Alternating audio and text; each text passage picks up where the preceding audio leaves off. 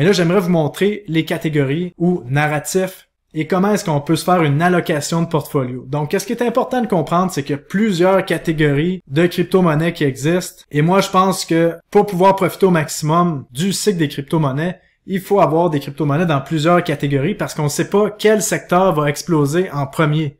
Et là, les premiers secteurs qui ont explosé depuis la reprise du marché, on a eu le secteur de l'intelligence artificielle que beaucoup ont profité, entre autres grâce à BitTensor, à Render, et le secteur des échanges décentralisés de produits dérivés avec GMX, GNS, Injective.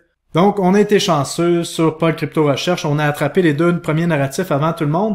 Et là, quels seront les prochains narratifs qui vont exploser? L'idée, à travers tout ça, c'est qu'on le sait pas vraiment. Mais je vous ai fait quand même une liste de plusieurs narratifs ou catégories de crypto-monnaies qui sont intéressants à surveiller et ça va vous permettre de faire des cadres dans votre tête, comprendre, OK, telle catégorie existe, où est-ce que je place mes billes?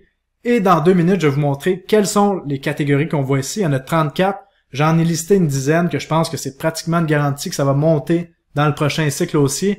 J'ai dit le mot garantie, mais je veux dire une garantie dans ma tête, oubliez pas ça. Est-ce que j'ai toujours raison? Non, j'ai pas toujours raison. Et de comprendre que c'est pas toutes les crypto-monnaies qui augmentent en même temps et que souvent, c'est les catégories qui montent en tandem, mais ça vous permet de comprendre que d'avoir juste une, deux crypto-monnaies ou de faire un all-in dans une crypto-monnaie, c'est vraiment risqué parce que ça se peut que la crypto-monnaie que vous ayez achetée soit excellente, mais que son narratif explose pas avant dans 1 an, dans 6 mois, dans 2 ans.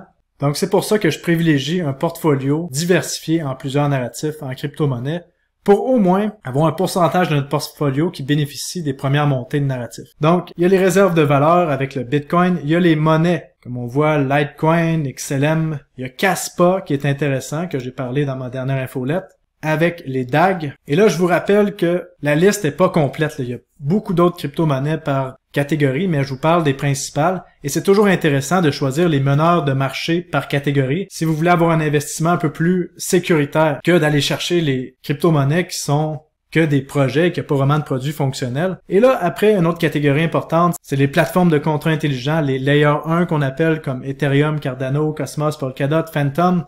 On les voit ici. Après ça, on a les Layer 1 privés qui sont des plateformes comme Ethereum, mais qui permettent les transactions, l'utilisation de contrats intelligents de façon anonyme. Ça, c'est vraiment intéressant.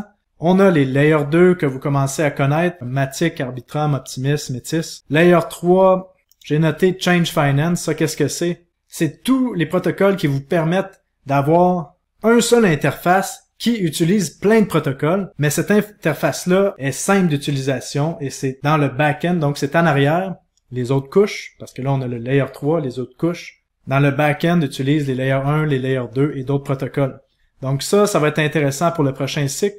On a tout ce qui est la finance décentralisée qui regroupe les prêts et emprunts comme Aave, Curve, Convex, les protocoles qui permettent d'avoir des stablecoins décentralisés comme Maker, Fractshare, Origin Protocol, les échanges décentralisés qu'on voit ici, les échanges décentralisés de dérivés que je vous ai parlé, les oracles comme Chainlink, Bend, API 3, le leader de la catégorie c'est Chainlink bien sûr. Et là ensuite, on a la catégorie des NFT qui a plusieurs sous-catégories, dont les marchés de NFT qui permettent d'acheter et vendre des NFT sur la plateforme. Et ces marchés-là, c'est vraiment intéressant, comme que je vous fais l'exemple depuis quelques vidéos. On se rappelle la ruée vers l'or dans les années 1800. Les vendeurs de pioches et de pelles, c'est eux qui faisaient l'argent parce que eux, peu importe si la personne qui essayait de trouver de l'or avec une pelle et une pioche réussissait ou non à trouver de l'or, la personne avait quand même besoin d'acheter une pelle ou une pioche. Donc c'est la même chose avec les marchés de NFT. Si vous voulez acheter ou vendre des NFT, vous devez passer par une plateforme qui vous permet de vendre ou acheter des NFT et il y a toujours un frais qui est prélevé par la plateforme. Donc, ça donne des crypto-monnaies intéressantes où est-ce que les revenus peuvent être distribués aux gens qui détiennent des tokens comme LuxRare par exemple. On a des NFT avec des utilités comme Get Protocol, le protocole que j'utilise pour ma vente de billets de mon événement. On a les plateformes de gaming comme Gala Games, Ultra, Magic qui sont un peu, encore une fois, comme les vendeurs de pioches et de pelles du marché du gaming, de toute la GameFi. Donc c'est à considérer parce que quand on achète par exemple un token comme Gala Games, qui est finalement un studio qui produit plusieurs jeux, on n'est pas coincé à acheter un seul jeu. Ça nous permet que s'il y a vraiment un jeu extraordinaire qui sort, Gala Games profite de la situation, et si un flop, ben c'est amorti parce qu'il y a d'autres jeux dans l'écosystème de Gala Games. Ça, c'est intéressant.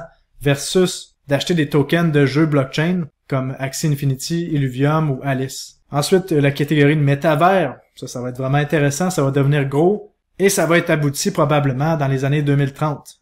Mais il y a de la spéculation qu'on peut faire entre-temps. Il y a les marchés de données comme Ocean Token, The Graph, Origin Trail. Origin Trail vraiment intéressant qui permettent d'indexer des données. On a l'intelligence artificielle avec BitTensor qui va sortir sur son premier exchange centralisé dès demain le 3 mars. Et ça a été un narratif qui a créé beaucoup d'argent chez les gens qui ont été avant-gardistes. On a les liquid staking dérivatives, interopérabilité. Vous voyez, on a vraiment beaucoup.